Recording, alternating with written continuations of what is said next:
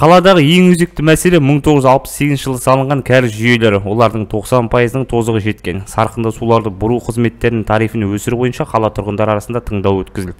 Инвестициялық бағдарламаға қаражат құйып, тарифті көтеріп, кезең-кезеңмен жаңарту керек дейді жауаптылар. Ескірген жүйелердің ұзындығы 4 шақырымды құрап отыр.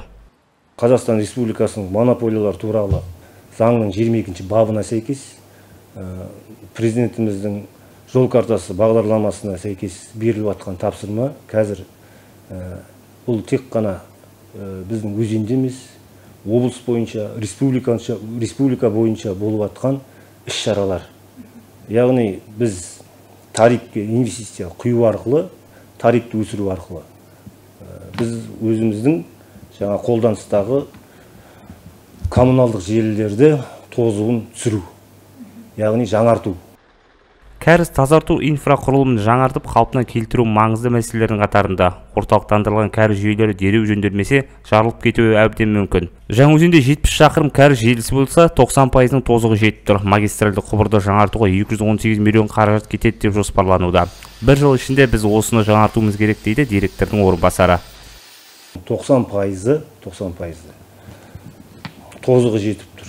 Яғни біз оның қай уақытта жарылып, қай уақытта бүгін бе, ертең бе жарылып кету қаупі туындап тұр бізде қазір. Яғни біз Маңғыстау облысы бойынша біз қызыл нүктеде тұрық. Кезекте осыдан 2-3 жыл бұрын өзенге кіреберіс магистралдық Косқа баратын магистралдық құбырымыз жарылып, сондай бір апаттық жағдай орын алған.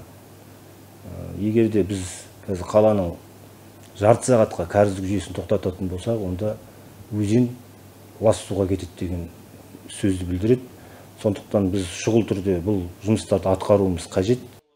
Қаладағы талай жыл бойы жөндеу көрмеген кәріз тазарту құрылыстарының жай-күйі күрделі. Тұрғындар осы тұрғыда түсіністікпен қарауын сұрайды. Барлық мәселе оң шешімін тапса, тұрғындар үшін қолданыстағы тариф 54 теңге болса, 107 теңгеге. Бюджеттік ұйымдар үшін бұрын 95 теңгені құраса, енді 189 теңгеге. Ал шағын, орта және ірі кәсіпкерлер үшін 218 теңге болса, болашақтағы тариф бағасы 434 теңгені құрайтын болады.